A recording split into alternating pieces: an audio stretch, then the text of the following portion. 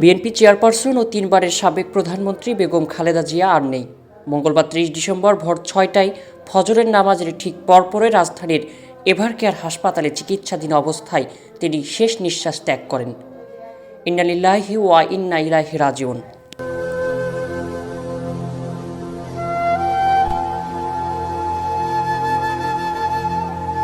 সকাল 7টার দিকে বিএনপির ভেরিফাইড ফেসবুক পেজে বিষয়টি নিশ্চিত করা হয়। সেখানে দেশবাসীর কাছে মরহুমার রুহের মাগফিরাত কামনায় দোয়া চাওয়া হয়।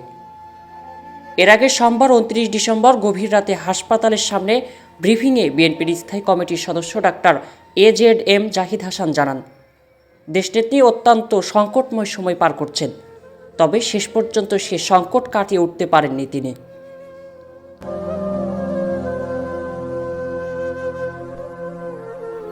নিউমোনিয়ায় আক্রান্ত হয়ে গত 23 নভেম্বর এভারকেয়ার হাসপাতালে ভর্তি হন বেগম খালেদা জিয়া।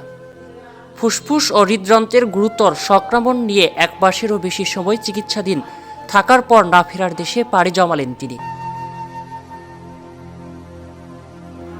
শেষ সময়ে তাকে দেখতে হাসপাতালে যান বিএনপির ভারপ্রাপ্ত চেয়ারম্যান তারেক রহমান, তার স্ত্রী ডাক্তার জুবাইদা রহমান, কন্যা জাইমা রহমান সহ পরিবারের সদস্যরা।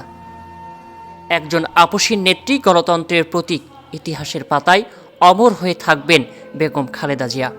দেশের বাইরে আমার কোনো ঠিকানা নেই, এটাই হলো আমার ঠিকানা।